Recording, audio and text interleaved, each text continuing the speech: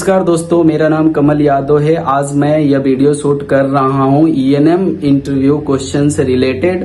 और आप देख पाएंगे कि कितने आउट पेशेंट के कितने ये स्पेशली आउट पेशेंट के लिए बात कर रहे हैं। तो ये आउट पेशेंट में कितने तरह के क्वेश्चंस होते हैं, कैसे उन्हें हम समझा पाएं, कैसे हम एक्सप्लेन कर पाएं, ताकि कोडर्स या हम लोग इंटरव्यू क्लियर कर पाएं। राइट, ये क्वेश्चंस जो लोग प्रिपेयर कर रहे हैं इंटरव्यू के लिए या नए जॉब सर्च करने के लिए या जो एग्जाम पर्पज से भी कर रहे हैं, तो वो लोग भी ये वीडियो देख सकते हैं। नमस्कार दोस्तों, ENM outpatient coding question part 6 में आपका स्वागत है। Medical coding skill and assessment के बारे में हम बात करेंगे। इस पूरे वीडियो में आप देख पाओगे, समझ पाओगे कि कैसे किस तरह के क्वेश्चंस आते हैं, असेसमेंट आते हैं।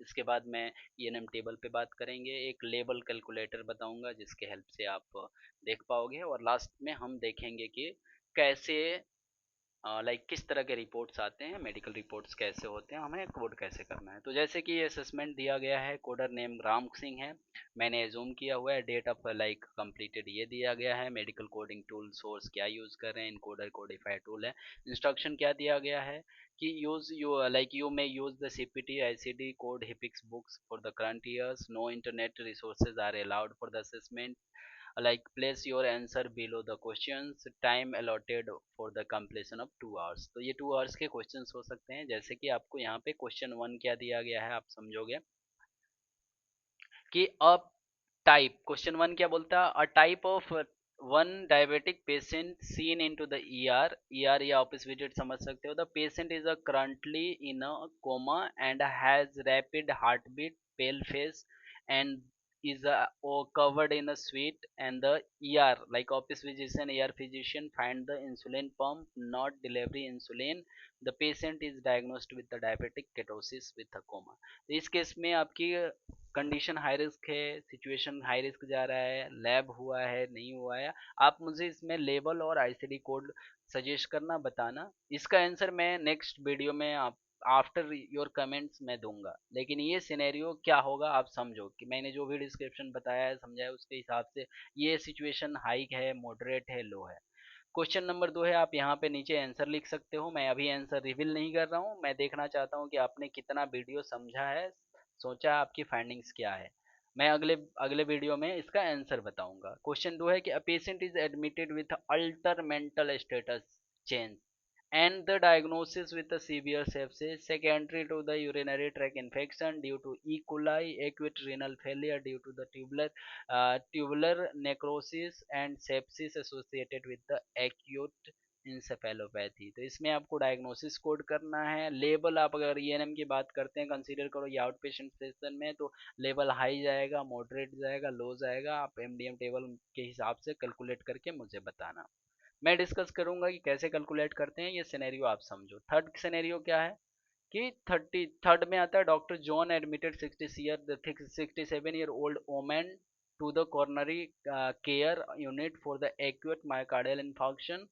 The admission include the comprehensive history, comprehensive exam, high complexity decision making. John visited the patient day, 2 day and 3 day documentation each day, and expanded problem focus examination decision making. Moderate complexity, 1 day, 4 day. John moved to the patient and medical floor and documented problem focus exam straightforward making. Day 5, Dr. John's discharge on the home, patient discharge on the how to, ये कह रहा है कि discharge took over the 1 hour, an hour लिया है उन्होंने। How do you report the services from the 1 day visit to the second. ये इन patient का क्वेश्चन है। तो अगर आप ये गेस कर पाओ, बता पाओ कि इसमें पहले दिन कोड क्या होगा, सेकेंड डे कोड क्या होगा, थर्ड डे कोड क्या होगा, डिस्चार्ज के डे क्या कोड होगा, तो I will appreciate for you, क्योंकि मैंने ऑलरेडी इन पेशेंट का वीडियो डाला हुआ है, तो आपको समझ आ जाएगा। लेकिन ये हमारा पूरा आउट पेशेंट सेक्शन है, तो आप इस क्वेश्चन को स्किप कर सकते हो। लेट्स सी क्वेश्चन 3 है। क्वेश्चन 4 है, specialty specific ENM scenario. In gynaecology visit a patient present with abnormal uterine bleeding and undergo both ENM service visit and pop smear, how you would code। तो अगर ENM service हुआ है और pop smear हुआ है तो क्या करोगे। मैंने ये बताया था पिछले स्लाइड में या पिछले वीडियो में, आप देखोगे, आप इसका आंसर बताना।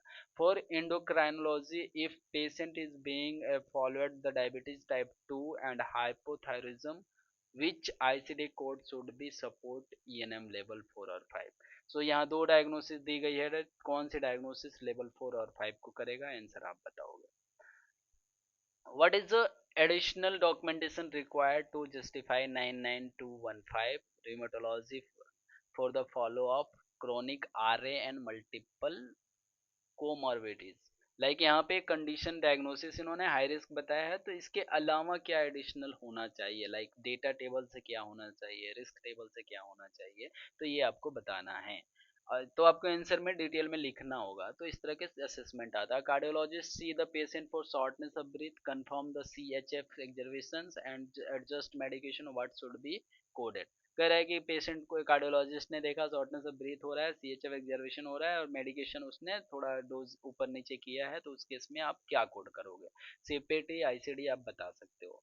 एक सिनेरियो है यहाँ पे, आप इसका स्क्रीनशॉट ले सकते हो। क्वेश्चन 5 है कि X-ray exam X-ray lumbar spine हो रहा है विदाउट ये physician and the health care provider only. ये पूरी क्वेश्चन डिटेल दिया है। क्लिनिकल इंडिकेशन लंबर स्पाइंडोलोसिस दिया है, टेक्निक एंटेरियर है, कंपोजिशन है, ये सारी चीजें हैं। ग्रेड 1 दिया हुआ है, ये इंप्रेशन आपको दिखने को मिलेगा, इंप्रेशन है।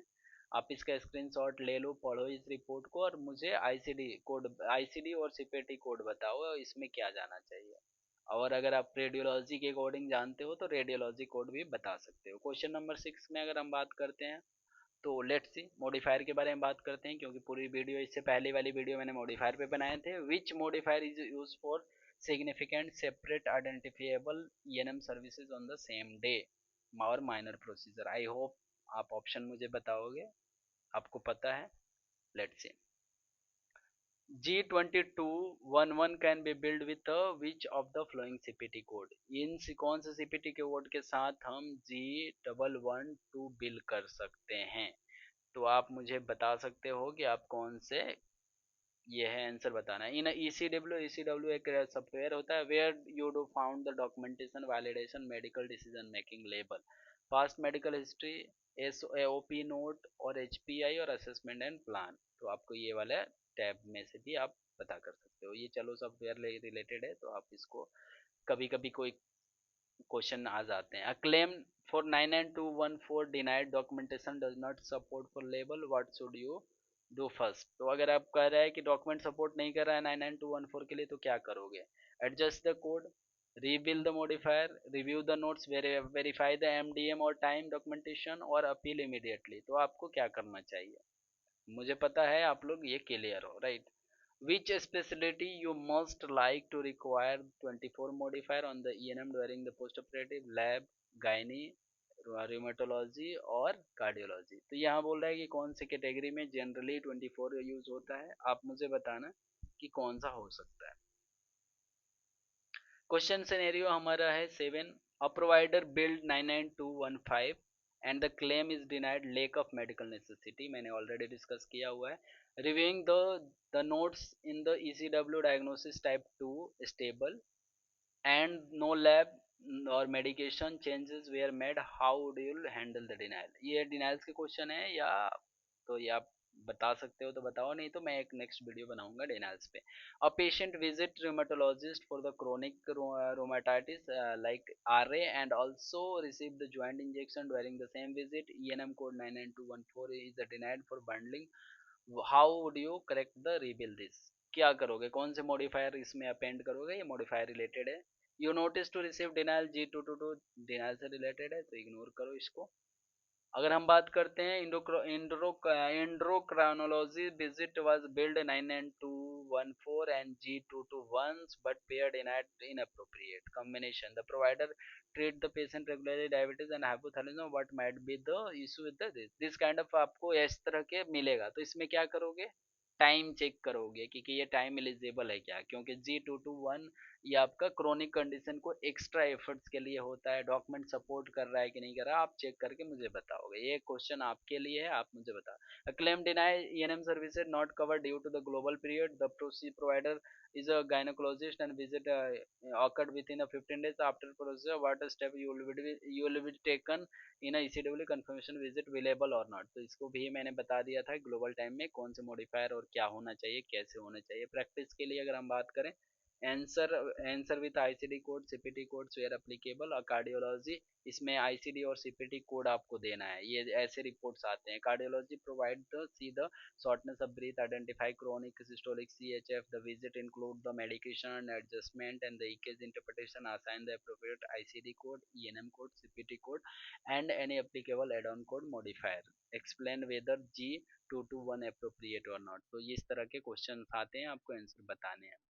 12 नंबर क्वेश्चन क्या बोलता है, इन ECW patient note documented follow up type 2 diabetes with neuropathy, stable labs, no changes, medication, time duration 18 minutes, provider build the 99214। तो this code is appropriate, if yes why, if not not appropriate। कह रहा है कि अगर सही है तो सही है या क्यों है, अगर सही नहीं है तो क्या सही होना चाहिए, आप बताओ। How do you handle this denial, अगर डिनाइल्स की बात आती है तो कैसे आप इसको हैंडल करोगे। तो इस तरह के आपको असेसमेंट आते हैं। मैं आपको दिखाना चाह रहा था कि किस तरह के असेसमेंट रिपोर्ट्स आते हैं। आपको असेसमेंट क्लियर हो गया होगा।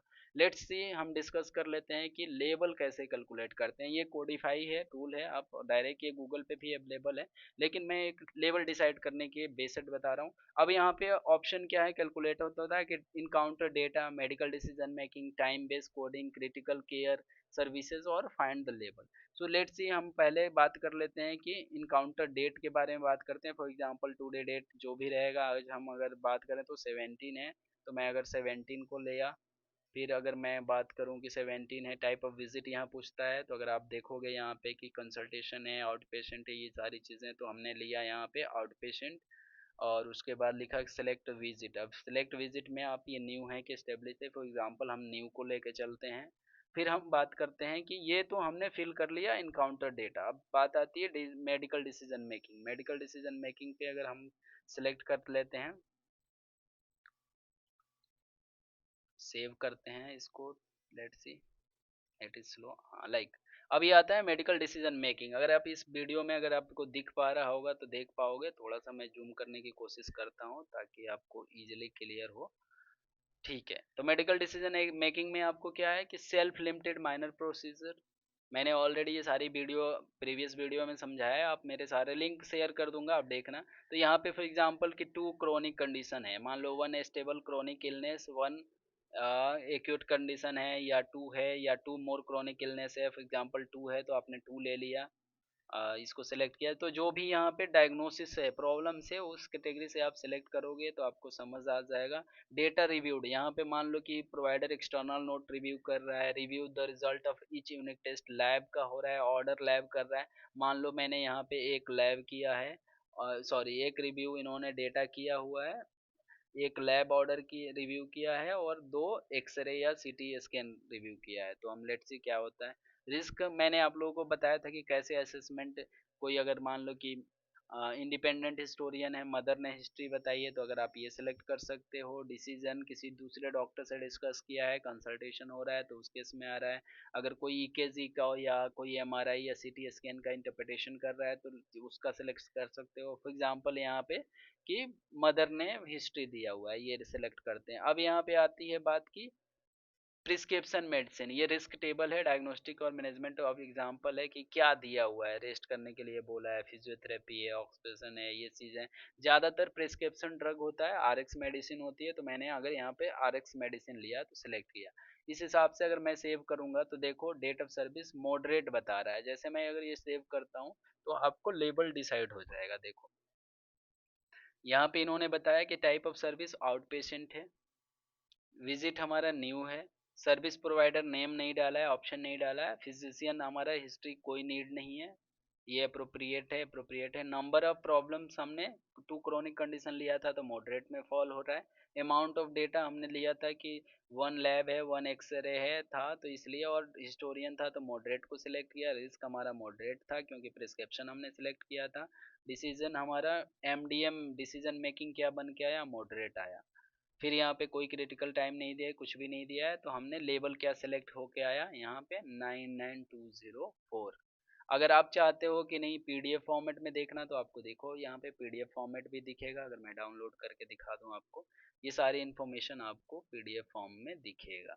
तो ये भी आप कैलकुलेट ईएनएम लेवल को लिए कर सकते हो, आपको पूरी इन्फॉर्मेशन है आपने क्या सिलेक्ट किया था। जैसे यहाँ पे वो दिखेगा कि जैसे हमने एक 2 और मोर क्रोनिक इलनेस मेडिकल रिकॉर्ड के हिसाब से सिलेक्ट किया था, डेटा रिव्यू में हमने ये यूनिक वाला लिया, ये लिया। तो इस तरह से आप ये सारी चीज़ें देख सकते हो। तो जैसे कि मैंने ये बताया था, आप इस वीडियो के हेल्प से आप एमडीएम टेबल का डिसीजन बना सकते हो, चेक कर सकते हो। फिर दोबारा बोल रहा है कि अगर नहीं क्या स्टार्ट न्यू, दोबारा से आप न्यू देख सकते हो। यहाँ पे आपको क्या करना है, डेट सेलेक्ट करना है, फिर सेम फॉलो करना है। जैसे आप डेट सेलेक्ट करोगे, यहाँ पे टाइप ऑफ विजिट मान लो कि अभी फिर दोबारा से मैं अगर आउट पेशेंट या इन पेशेंट जो भी लेना है आप सिलेक्ट करो, हम आउट पेशेंट का लेते हैं। विजिट हमने एस्टेब्लिश ले लिया। अब सेव करेंगे तो ये नेक्स्ट पे मूव हो जाएगा। डिसीजन मेकिंग में मान लो हमारे पास सेल्फ लिमिटेड है, माइनर प्रॉब्लम है, यहाँ पे हमें एक ही लैब हो रहा है, मैंने या सॉरी एक लैब का पॉइंट मान लो एक ही लैब किया उसने, कोई एक्सरे कोई एमआरआई नहीं है। यहाँ पे उसने असेसमेंट में किसी ने कोई इन्फॉर्मेशन है मिनिमल है, मैंने सिलेक्ट किया, नहीं भी कर सकते हैं चलेगा। यहाँ पे उसने कोई मेडिसिन नहीं दिया है, ओटीसी मान लो मेडिसिन दिया, या नॉर्मल कोई ड्रग दिया हुआ है, उस केस में चलो मैं इसमें मान लो कि गार्गल करने के लिए या सुपरफिशियल ड्रेसिंग रेस्ट कुछ भी है, अगर यहाँ पे ओटीसी मेडिकेशन अगर आपको दिख रहा हो तो देख सकते हो। चलो चलो मान लिया मैंने इसमें इसको इग्नोर किया, इसमें कोई मेडिसिन कुछ भी नहीं किया है, नॉर्मल है, उसने नॉर्मल डिस्कशन किया है, तो इसे हम चलते हैं और सेव करते हैं। तो यहाँ पे देखोगे आप स्ट्रेट फॉरवर्ड बता रहा है, एमडीएम लेबल हमारा क्या बना यहाँ पे, स्ट्रेट फॉरवर्ड। तो अगर आप देखोगे यहाँ पे पेशेंट एस्टेब्लिश है, न्यू पे आउट पेशेंट में था, एस्टेब्लिश था, मिनिमल मिनिमल स्ट्रेट फॉरवर्ड है, तो लेबल यहाँ पे क्या निकल के आया, 99212। तो इस तरह आप देख सकते हो। तो ये कैलकुलेटर है, इजी है, इसका भी लिंक मैं आपको वीडियो में डाल दूंगा और डिस्क्रिप्शन में डाल दूंगा, आप वहाँ से चेक कर सकते हो। रही बात, अगर मैं बात करूँ एमडीएम टेबल की सॉरी एमडीएम टेबल से पहले मैं आपको बता देना चाहता हूँ कि ये एमडीएम टेबल है, लेटेस्ट है, आफ्टर इफेक्टिव है 2021 से, और 2023 अपडेट हुआ है। तो इसमें आप देख सकते हो कि क्या कैसे सेल्फ लिमिटेड है, माइनर है, ये सारी चीज़ें एक सेपरेट वीडियो बनाएंगे हम कि एमडीएम टेबल कैसे समझना है, तो आपको समझ आएगा। बाकी आप कैलकुलेट कर सकते हो। इन सारे पॉइंट्स पूछते हैं कि एमडीएम में क्या होता है, डिसीजन में इंडिपेंडेंट हिस्टोरियन क्या होता है, डिस्कस इंटरप्रिटेशन क्या होता है, रिव्यू ऑफ कंपोनेंट क्या होता है। तो ये ऑलरेडी बहुत सारी चीज़ें हैं, आप इसको थोड़ा डिटेल में पढ़ना, इनसे वो क्वेश्चन पूछते हैं। ज़्यादातर एमडीएम से ये पूछी जाती है कि what you understood by the two stable chronic illness, uncomplicated diagnosis define करो, या साइड इफेक्ट क्या होता है। सबसे ज़्यादा क्वेश्चन जो डेटा पॉइंट से पूछते हैं, वो लोग पूछते हैं सोशल डिटर्मिनेंट क्या होता है। अगर आप यहाँ देखोगे कहीं पे इन्होंने मेंशन किया हुआ है कि सोशल डिटर्मिनेंट क्या होता है, तो उस पे आपको थोड़ा फोकस रखना है कि सोशल डिटर्मिनेंट के एग्जांपल्स आप याद रख लेना कि कैसे होता है। डिसीजन फॉर टॉक्सिसिटी, ये हाई रिस्क, ये रिस्क टेबल के अंदर आता है, तो आप ये सारी चीज़ें देख सकते हो आप। तो इस तरह से आपको ये टेबल याद करने की ज़रूरत है, आपको समझने की ज़रूरत है। प्रिवेंटिव सर्विसेज के बारे में जैसे मैंने बताया था कि सीएमएस की कुछ गाइडलाइंस है कैसे चेक करते हैं। तो जैसे कि अगर प्रिवेंटिव सर्विस है, फ्लू और शॉट देखना चाहते हो, तो आप यहाँ देख सकते हो कि इतने टाइप्स के वैक्सीनेशन होती हैं, फ्लू वैक्सीन हो गया, हेपेटाइटिस हो गया, निमोकोकल हो गया, ये सारी चीज़ें आ जाती है। वेलनेस विजिट हो गया, जैसे एनुअल वेलनेस विजिट हो गया, प्रिवेंटिव हो गया, मेडिकेयर हो गया, ये सारी चीज़ें हमने डिस्कस किया था। डायबिटीज़ रिलेटेड स्क्रीनिंग के कोड्स आते हैं, ये साइट है सीएमएस गवर्नमेंट मेडिकेयर साइट पे, आप जाके ये चेक कर सकते हो, इसका भी लिंक मैं डिस्क्रिप्शन में डाल दूंगा। टेस्ट एंड स्क्रीनिंग का कोड है बोन मास कार्डियोवास, ये कोलोरेक्टल हेपेटाइटिस सी, ये स्क्रीनिंग के सारे कोड्स आते हैं। काउंसलिंग एंड थेरेपी के कोड आते हैं, अल्कोहल काउंसलिंग हो रहा है, टोबैको काउंसलिंग हो रहा है, इन सब चीज़ों का कोड, ये सारे कोड यूज़ होते हैं। तो इनको आपको डिटेल में पढ़ने की ज़रूरत है। अब आप बोलोगे कि इनको कैसे हम पढ़ें, तो इसके लिए आपको कुछ नहीं करना, नॉर्मल मान लो फ्लू शॉट पे मैंने क्लिक किया, तो किसी भी पॉइंट पे आप क्लिक करोगे, यहाँ पे जाओगे, जैसे आप यहाँ पे जाते हो तो यहाँ पे दिखाएगा फ्लू शॉट एडमिनिस्ट्रेशन या प्रिवेंटिव सर्विस पे, किसी पे भी क्लिक करो तो ये पेज ओपन हो जाता है। देखो अगर आप ये पेज ओपन करोगे तो एनुअल वेलनेस के कोड है, तो यहाँ पे एनुअल वेलनेस की पूरी कोड डिस्क्रिप्शन है। अगर आप ये पढ़ोगे एनुअल वेलनेस क्या होती है, इनकी कोड रेंज कैसे दिया गया है, आईसीडी कौन सी गाइडलाइंस होती हैं, एज क्राइटेरिया क्या होता है, फ्रीक्वेंसी कितनी बार दे सकते हैं, ये सारी चीज़ें दी गई हैं, क्वेश्चंस कैसे पूछे जाते हैं, इन्फॉर्मेशन आपको मिलेगा। फिर अगर आप इसी तरह ये सारे लाइक चेक कर सकते हो। जैसे अगर मैं बात करूं कि अगर कोई और कोड अगर हम देख सकते हैं, जैसे कि डिप्रेशन स्क्रीनिंग का कोड के लिए बात करते हैं तो G00445 टू 15 मिनट है, इनकी सारी गाइडलाइंस है। तो ये सारे आउट पेशेंट विजिट में यूजफुल होते हैं। तो आप इस तरह से सब ये फ्लू शॉट के कोड जैसे G001 ये सारी चीज़ें ऐड हुई हैं, दी गई हैं। तो आप यहाँ से वैक्सीन का कोड्स और इनकी ICD-1023 यूज़ होता है, फ्रीक्वेंसी क्या है, गाइडलाइंस क्या है, आप ये सब चीज़ें चेक कर सकते हो। इसका लिंक भी मैं डिस्क्रिप्शन में डाल दूंगा, आप इजीली चेक कर पाओगे। काउंसलिंग टोबैको का यूज़ है, तो यहाँ पे कौन कौन सी ICDs हैं जो दी जा सकती हैं, इनके साथ टाइम रेंज क्या है, ये पूरी डिटेल आपको, ये सारी इन्फॉर्मेशन, ये सारे प्रिवेंटिव मेडिकेयर प्रिवेंटिव सर्विसेज के अंदर आती हैं। और ये सब चीज़ें हम लोग आउट पेशेंट में कुछ करते हैं। पेल्विक एग्जाम का जैसे मैंने आपको लोगों को बताया था G001 का, उसका भी आता है। पॉप स्मेयर टेक्निक्स जो था अभी आपने टेस्ट में देखा था असेसमेंट में, ये सारी चीज़ें आपको यहाँ से मिल जाएगी। इनकी क्या गाइडलाइंस है आप पढ़ना। अगर आपको कोई भी दिक्कत आती है, चैलेंजेस आता है, आप मुझे बताओ, मैं इसको एक्सप्लेन करूंगा। और thank you so much for watching my video and things.